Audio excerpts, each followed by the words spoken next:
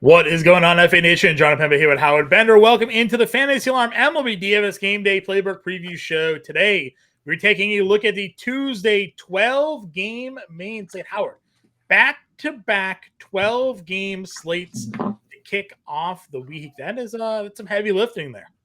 It's definitely some heavy lifting, but really great to have it. I mean, I like having these nice, big, full, meaty slates. You can go in a million different directions with whatever DFS lineup build that you want to do. So, it gives you that added flexibility. It also might drive you a little nuts because now you want to build like 6 or 7 lineups as opposed to just one. So that's where the discipline gets into. So, but I'm super stoked, man. I got some good pitching matchups here that I like for this DFS slate. So ready when you are. Yeah, let's kick it off here. Appreciate you all tuning in. If you haven't already hit that thumbs up button, it's a free way to support what we do here on the Fantasy Alarm YouTube channel. Again, we go live also at 4 p.m. Eastern time. So hit that subscribe button so you never miss a live show. Jumping right into the pitching here, we got Dylan Cease at $11,000 because he draws the Colorado Rockies. Got Sonny Gray at 10-5 against the Angels. Chris Sale at 10K against the Cubbies as your top 3 priced pitchers. Sonny Gray got roughed up last time out against Milwaukee. Looking to see him bounce back. Chris Sale shoved against the Boston Red Sox. And, well, anybody that pitches up against Colorado generally has the advantage here on these slates. I do believe I even said it about Sonny Gray when he was going up against Milwaukee in that start. And I said, at some point, regression is going to happen. Not that he's going to become a bad pitcher, but everybody gets hit hard some point.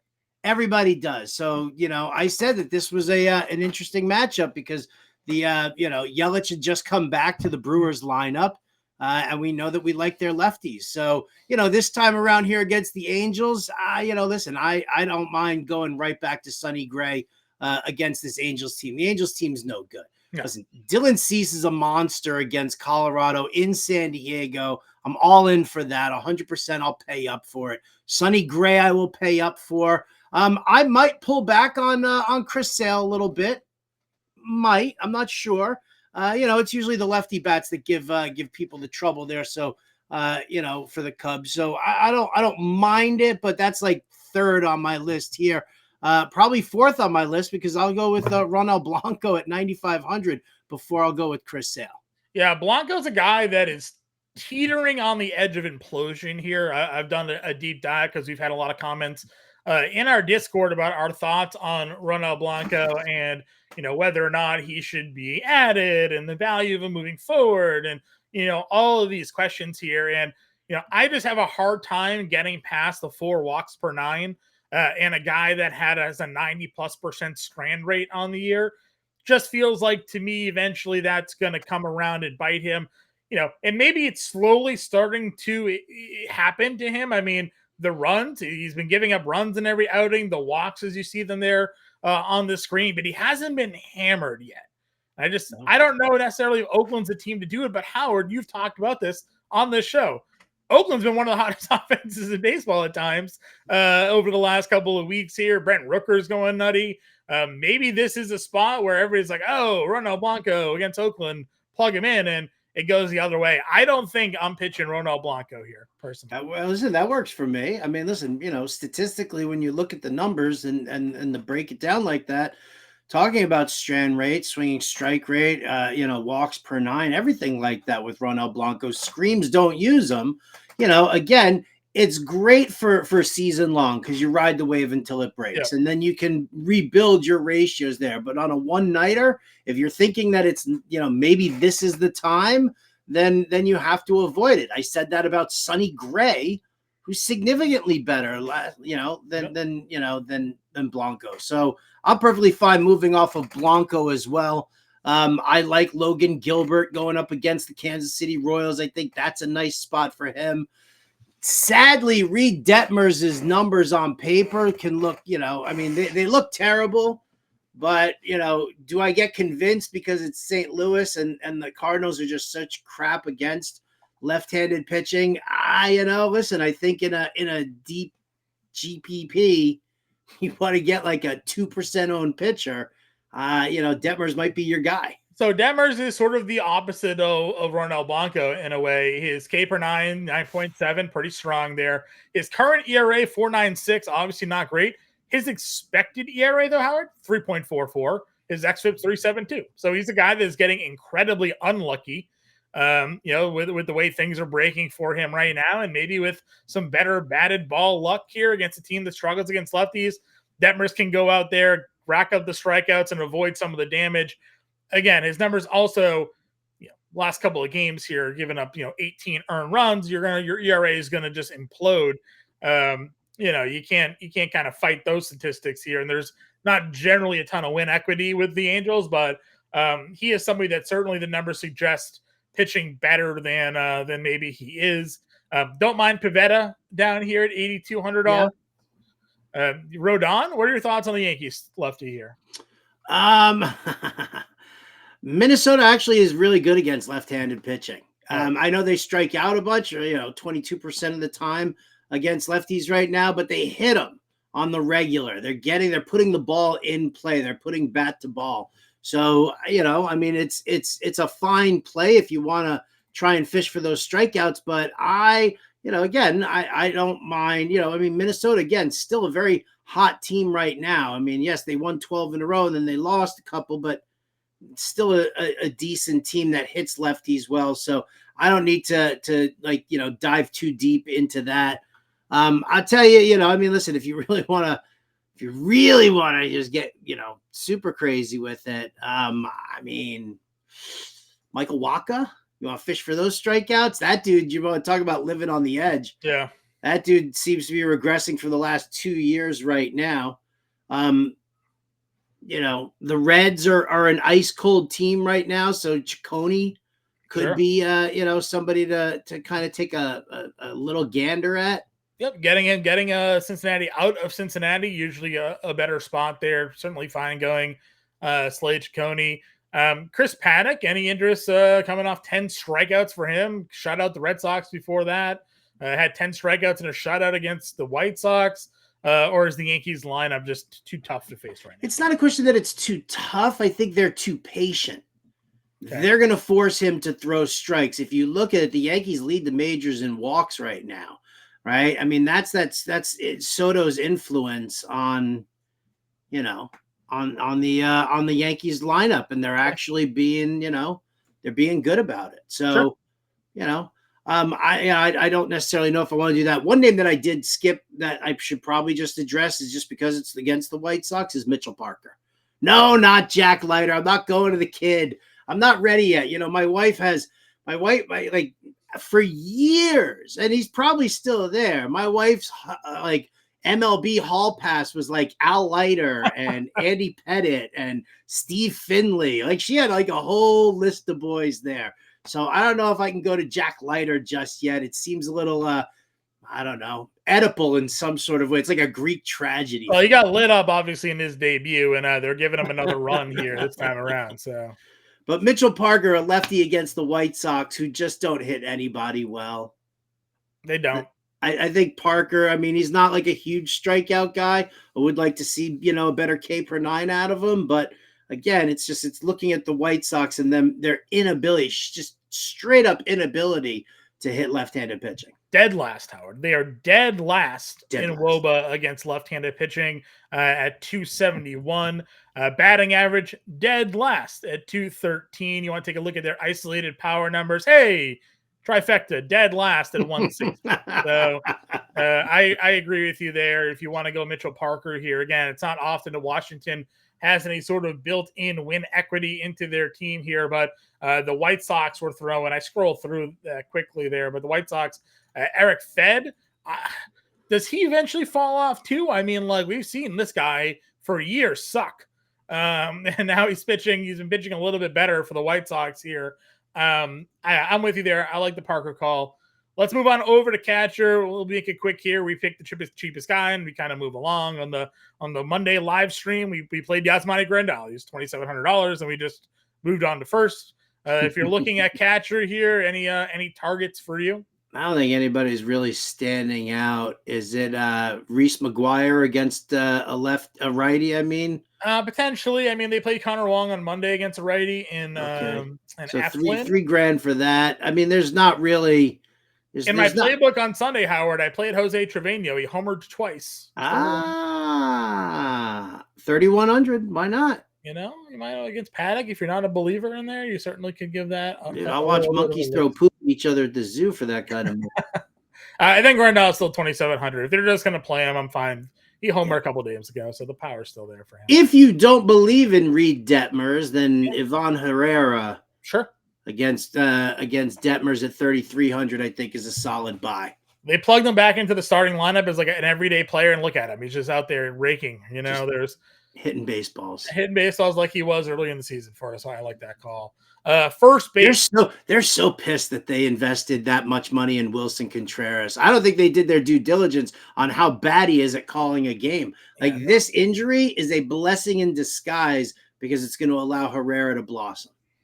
And obviously, you know, the fact that he had to reach that much to frame pitches better, that he would break his arm. You know, there's some deficiencies there. First base position here, Freeman against Keaton Wynn, $5,900. We'll see if Ohtani is in the lineup or not. We don't have the lineup for the Monday at the time of recording here, so we don't know if Ohtani's going to play Monday or not. Naylor versus Leiter. Again, if you're not a believer in the kid, you know, you could be looking to stack some Guardians here. Naylor, again, among the league leaders in homers and RBIs on the season, so possibly taking a peek there. On the 4 p.m. show on Monday, Henry really liked Jake Cronenworth. He's $4,800 against Cal Quantrill. Would you give him a look? Oh, absolutely. I mean, Cronenworth homered on Sunday.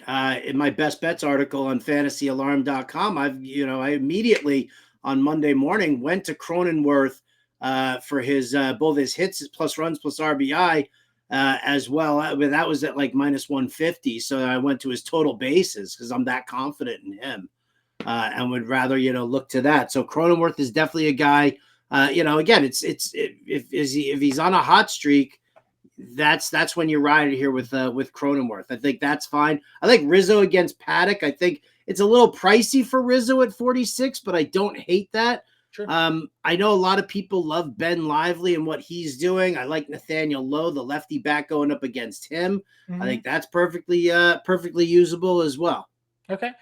Jake Bowers against Quentin Priester is at $4,000. I know Milwaukee is a top 3 team against right-handed pitching in baseball. We just saw them light up Sonny Gray, as you mentioned in that last start. That's the reason why. Bowers made a little bit of a career revival at 4K. Reese Hopkins also out there at 44. Lamonte Wade, Gavin Stone struggles against some lefties. I always have to call out Lamonte Wade there, 39. You do. How about this? I'll throw this one out there Sure. just because if you don't believe in Blanco because of all the numbers that we've been giving you, JD Davis, right, is definitely a possibility against Blanco. It's not the lefty-righty matchup that you always want, but if you're paying all the way down at first base, I don't see why that would be a terrible move. Agreed. The only other one, let's see if he's still down here. Oh, you could go your boy Tyler Nevin.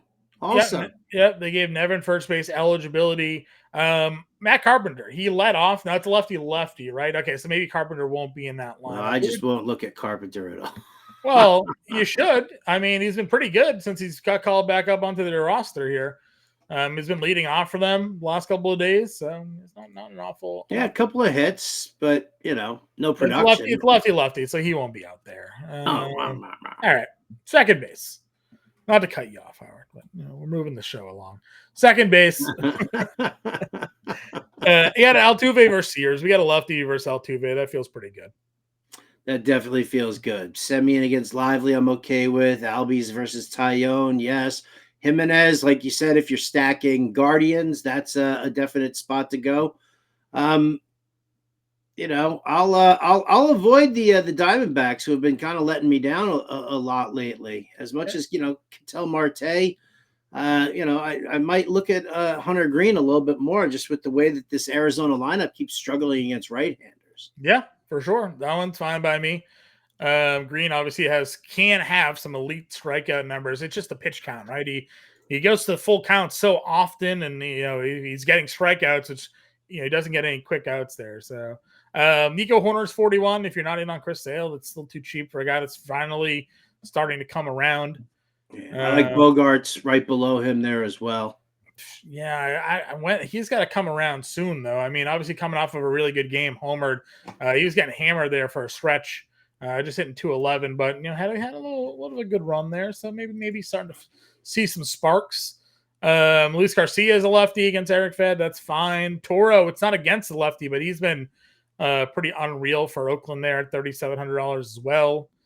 I think anybody hitting the ball for Oakland is categorized in the unreal. That's probably fair. I don't see anything down below at second base that intrigues me at all. No, we hit Mastroboni, so it's time to move on. Is that right now? So we don't. If it's not Mendick now, it's not. Who's the other one? Wendell. So it's not Wendell. Now it goes to Mastroboni. Yeah. Mastroboni and Mendick. I know where you're going here. I was making the connection for you to connect, Howard. So third base position here. Jose Ramirez is 6K. Muncy up at 52. Again, we talked about this yesterday. If he's not homering, he's not paying off that price tag. So there's no leeway with Max Muncy right now. So not really thrilled with that price point. Where are you looking at third base? I'm probably looking. I mean, if it's not Ramirez, I'd give Devers a look against Savali. Okay. I'd give Machado a look against Quantrill for sure, and then I'm looking, a little further down. There's really not a lot of great stuff here. I'd go Josh Smith against Lively, your boy Willie Castro against Rodon. I think that's good. Look at Bregman all the way down at 4K. I know. Look at that son of a bitch. I wouldn't use him. 4-game hitting streak, though. Maybe finally slowly coming alive. But, I mean, they've even downgraded him in the lineup. They had Jeremy Pena hitting cleanup today on Monday. So, the wheels are slowly coming down for Bregman. Slowly coming down. Oswaldo Cabrera is 36. Birdie at 30K if he's in the lineup, maybe just for some stolen base potential. But that's probably it. I don't see much else down there. We've hit Danny Mendick. So shortstop position, Howard.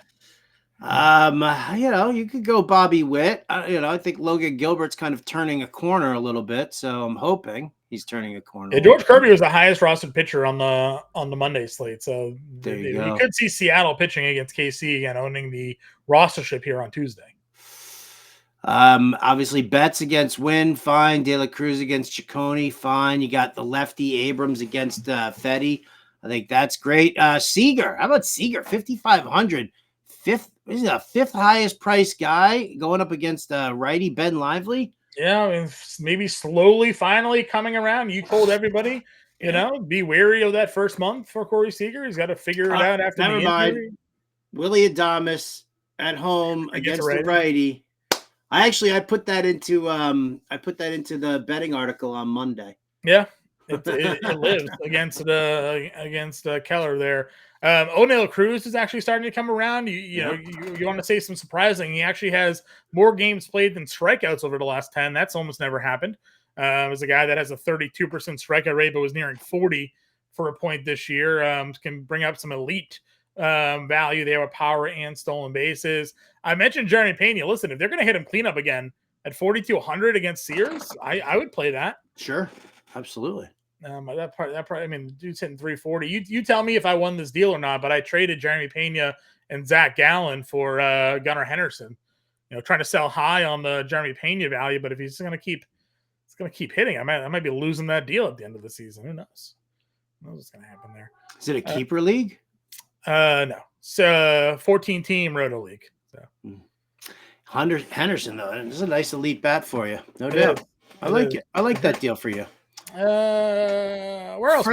Further down the list, I don't really see a whole lot. Although, if Dylan Moore is going to keep playing, I probably wouldn't mind looking at Dylan Moore as like a cheap pay down option at short at 3,400. Waka's just, again, he's pitching a contact right now, so it's a little tough to deal with. Yeah, Mason Wynn, $3,300 against Detmers. Could be in the lineup. I'm not going to go NATO here because the righty is on the mound. Ceddanne Rafaela. You like Parker, so you won't go Paul DeYoung, but I was just gonna say, man, what if you're looking for cheap power? Like, I mean, listen, it's sink or swim. He either homers or he doesn't. Mm-hmm. And that's the way. Oh, he hasn't homered in 2 games. He's due. Yeah, our guy Mark Pitts, who did the preview show on Monday with me, asked, why does Paul DeYoung keep homering? And I said, honestly, I have no idea. It's kind of what he does. He homers or he doesn't. So yeah.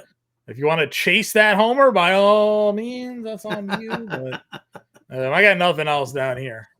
No, me neither. Outfield. Looking so good. Juan Soto against Paddock. I'm definitely in for that, 100%. Sure. Judge against Paddock as well. I would look at that. Listen, Tucker does well against lefties, so you could use him. I just don't know. I mean, do I want to force that matchup? For 6,100. Yeah. Tucker actually last year hit lefties almost better than he did righties. So. Right. That's what I'm saying. Yeah. That's what I'm saying. It's still tempting fate. You're still talking about a Hall of Fame career. It has only a 30% success rate in this industry. Okay, that works. Yelich against Priester. That man's got 350, so you can keep running that out there. Rodriguez is homered, starting to heat up a little bit. Do you think?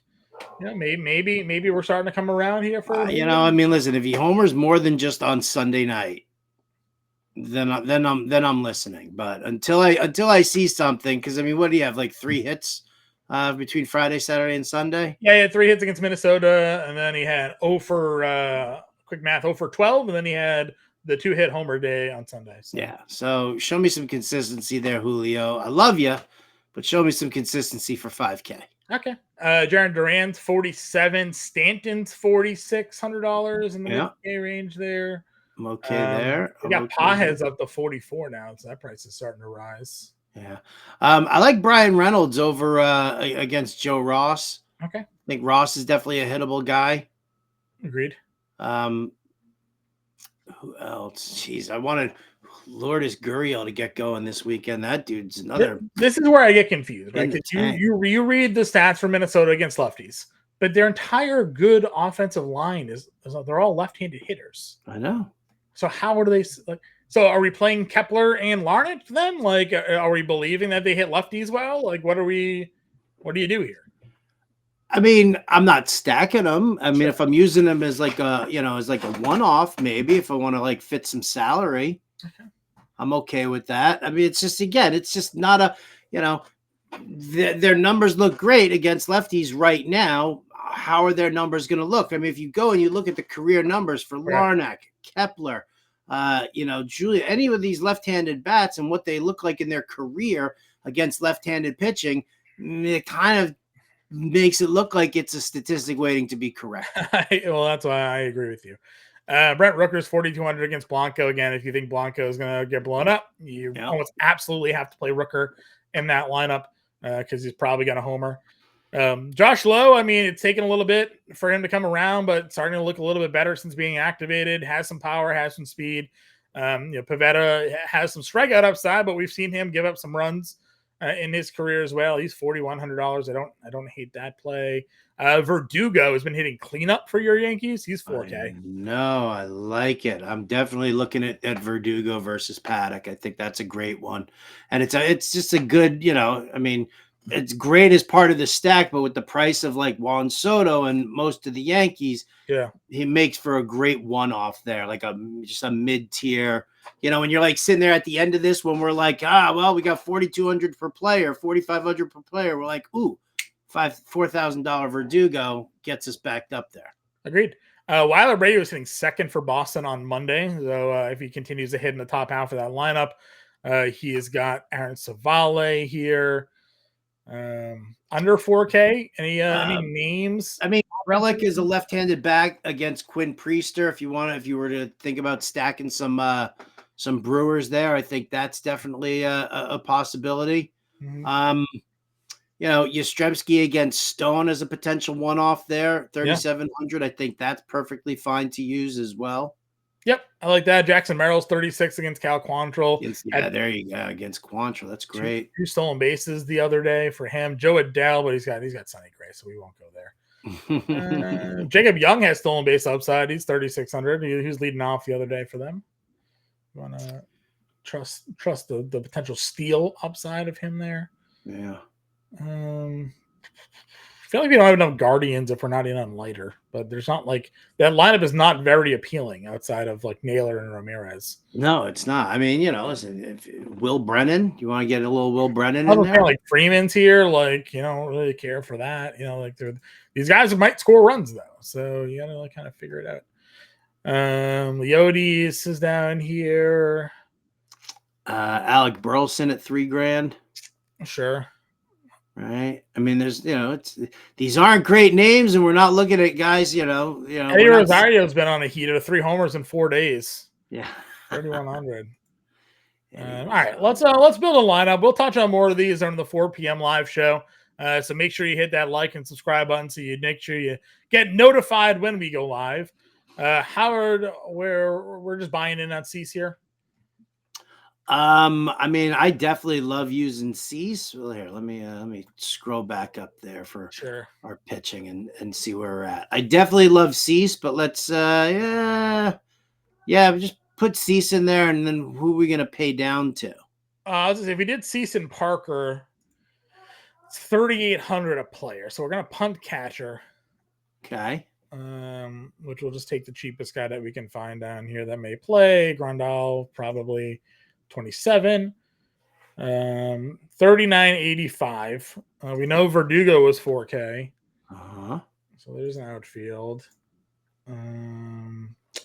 We had a couple of spots where we were looking to pay down here. Wait a second. Where was it? Was it at third that we were looking further down?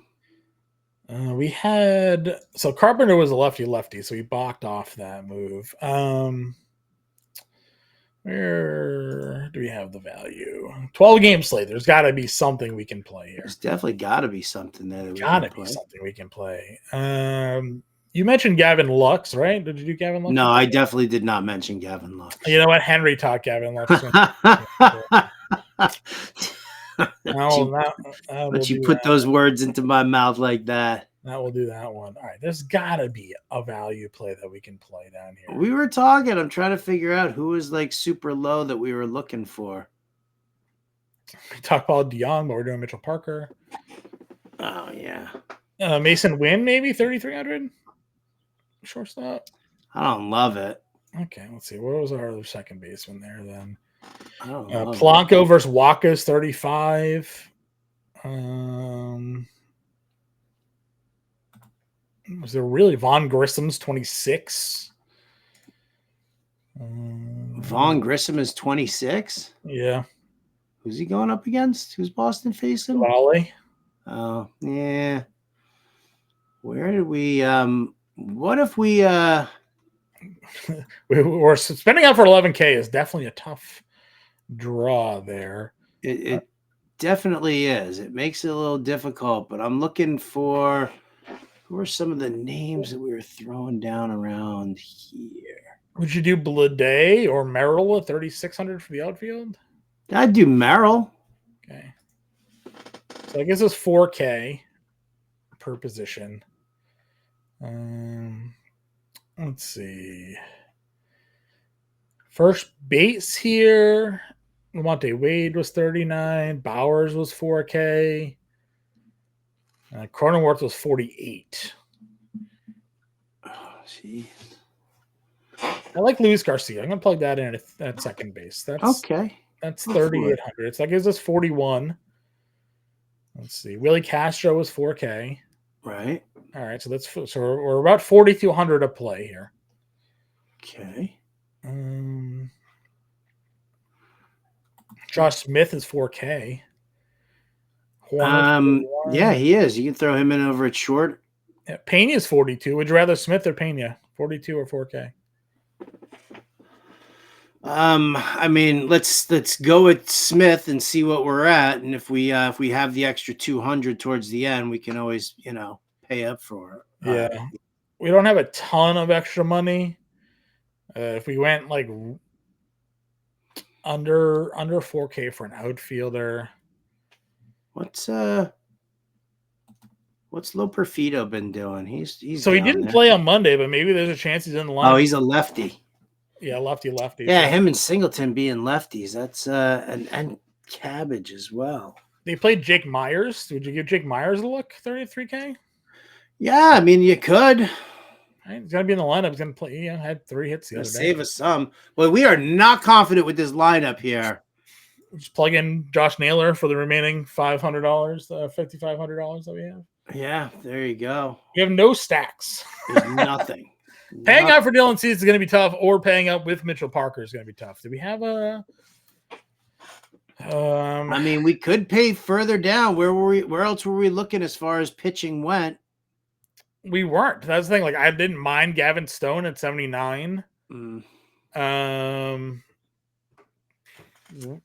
Paddock against the Yankees. Slade Ciccone. We'll plug in Slade against Cincinnati. How about that? Sure. That'll free us up. What does that do for us? How much? It's just $2,200 to play across the lineup here. So we have a little bit more room now. Okay. We can get rid of Myers if we want just to do one big spend in the outfield. We have 5,200, which doesn't even really get us much of anything there. But we can spread it around. Maybe do Rooker at 42. That gives us $1,000. Yeah, give us Cronenworth at first. Okay. Instead of Naylor. And that's so you got a little Cronenworth, you got a little Merrill. Mm-hmm. So you got some pods in there going up against Quantrill. Seager against Lively. Oh yeah, I love that. Right. Okay. Well, there we go then. Much better. Looks a little better. Cease, Ciccone, Grandal, Cronenworth, Garcia, Castro, Seager, Verdugo, Merrill, and Rooker. Again, this is why we do the preview show here. We take a look and see how these lineups can be built. We'll be back live 4 p.m. Eastern time to get you all ready for the main slate, and we'll have a better idea who's in and out of these lineups, so we can have a better idea of how to build these lineups moving forward. Plus, we'll also have the expected rostership as well, so we can kind of play around with that there for everyone. We appreciate you all tuning in. Again, if you can hit that like button, free way to support what we do here on the show. Howard, any final words of wisdom for the people at home? No. Listen to whatever John and Henry say on Tuesday. I'm on the Playbook on Tuesday, so definitely pay attention to that. Got to tell you, Howard, not thrilled, but we'll figure it out. Not thrilled about being on the Playbook. This is a tough slate. But I'll do a deep dive and I'll get all the answers for all of you and get you ready for this 12 gamer. Till then, everybody, good luck with your lines, and we'll catch you later.